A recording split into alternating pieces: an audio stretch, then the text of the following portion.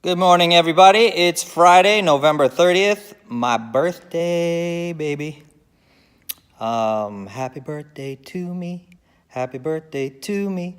I'm super stoked to be celebrating tonight. I'm going to go down to downtown Disney and celebrate at one of my favorite restaurants down there. I'm not going to tell you what the restaurant is because I don't want you all visiting me when I'm eating. You'd have to go through every single one of the restaurants there to figure out where I'm going to be. But there are quite a few good restaurants down there that I like to go to. So please support your local areas. Anaheim is local to me, so I want to make sure that all the businesses stay in business. Support local businesses because when the economy gets bad, guess what?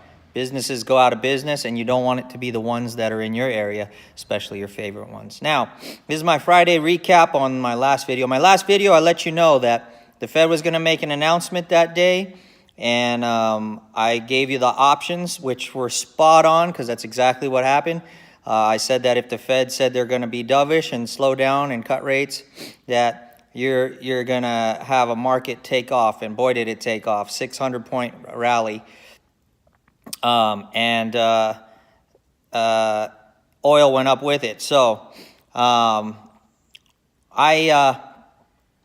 kind of went down, and I let you know that long term, my plan, my outlook on the economy has not changed. And sure enough, a lot of that stuff has kind of just settled down, and you're going to get a little bit of a rally and all that stuff. But coming into the beginning of December, this is going to be, it's going to be negative because we want a Santa Claus rally, right? And a lot of people say there can't be a Santa Claus rally. It doesn't necessarily have to be just because it's been in the past. Well, but you still have a lot of tax stuff that goes on at the end of the year. So I think that's why it's so consistently cyclical that at the end of the year you get what's known as a Santa Claus rally. The economy is obviously not good when the Fed is coming out making their statement like that, and they know that they are damaging it further by raising interest rates. When the Fed comes out and says, we're now looking more at data than usual, and we may not be we might have to hold back on some rate hikes. That's all jibber jabber. That's called jawboning. They talk the marketplaces up. But it doesn't matter who President Trump puts in, who President Obama, President Bush, President whoever puts in at the head of the Fed. The Fed still has the same outlook. It's like me. I have the same outlook no matter what you do, no matter what you show me, unless you can show me some major improvements in the economy. I'm going to be negative on it because that's just a matter of it. That's just the reality of it. And I'm not just talking about the economy. I'm talking about the stock market, which is way overvalued in my opinion. People are paying way too much for the equities they're investing in. So at some point, there's going to be a crash. So what does the Fed do? The Fed manages your perspective, right? You always hear the Democrats talking about perception is reality. So it's like whatever you believe is the truth, that's the truth. But I've said in past videos that is not the case. The truth is the truth. Reality is the truth. So what's happening to you at that moment is the truth, right? If you're, let's say you're drowning in quicksand behind a wall, right? And all people can see is your face from the other side of the wall, and as the sand is sucking you into the sand, you're struggling to get out, but you're smiling, right? Because you're grimacing. You're like, I'm trying to get out, right? The people on the other side perceive you as happy, right? But is that the reality? They're perceiving you as happy because they see you smiling. But you about to die. You're about to get sucked under. You're about to drown or suffocate in that quicksand. And the reality is not good. But the perception is their reality, right? That's what Democrats and that's what the banking system says. The perception, your perception is reality. Well, the Fed has this policy that my great mentor, Jim Sinclair, calls MOPE, M-O-P-E. And that's an acronym for Management of Perspective Economics, which means they make the markets do things based upon the perception that they paint for the markets. So if the market, they paint this picture for the markets, and whatever the markets perceive, the markets will do. So if they paint a rosy picture, the markets will go gangbusters like they did at the Fed announcement. But you have to take a, overall, like a step back, an overall view of what the forest looks like. You're getting too close to the trees when that happens.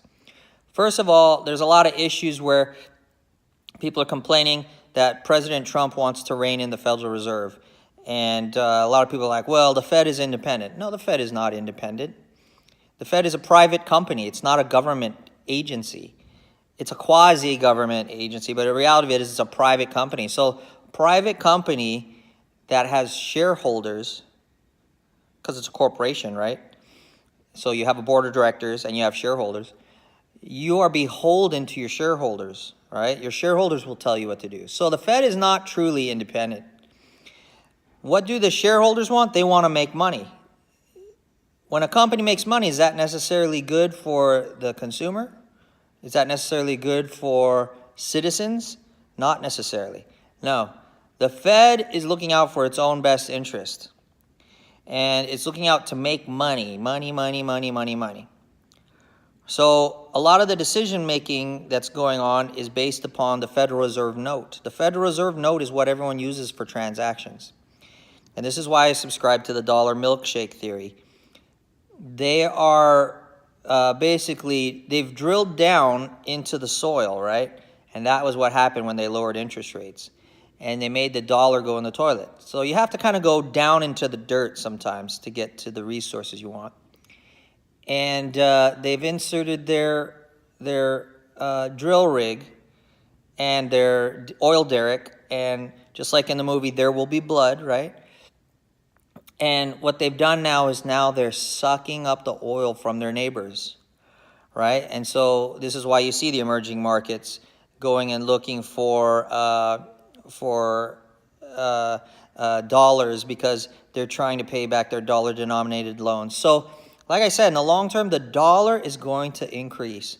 They want dollars to increase. So when that happens, what happens? It makes everything else expensive to do business in dollar terms. So a lot of the dollar commerce is going to slow down. You're going to have the dollar slow down. And the Fed raises interest rates by doing so. They raise interest rates because it's the cost of borrowing the dollar. By doing so, it makes it harder to get dollars, right? Because if it's more expensive, you're not likely going to be able to buy it. Everyone wants a Ferrari, but it costs a lot, so they don't get it. Eventually, let's say Ferrari were to drop the cost of the Ferrari, right? Let's say they drop it down to $30,000 for a Ferrari, right? Oh my gosh, you would grab it in a second, right? You do whatever it took to get that Ferrari. The dollar is the Ferrari.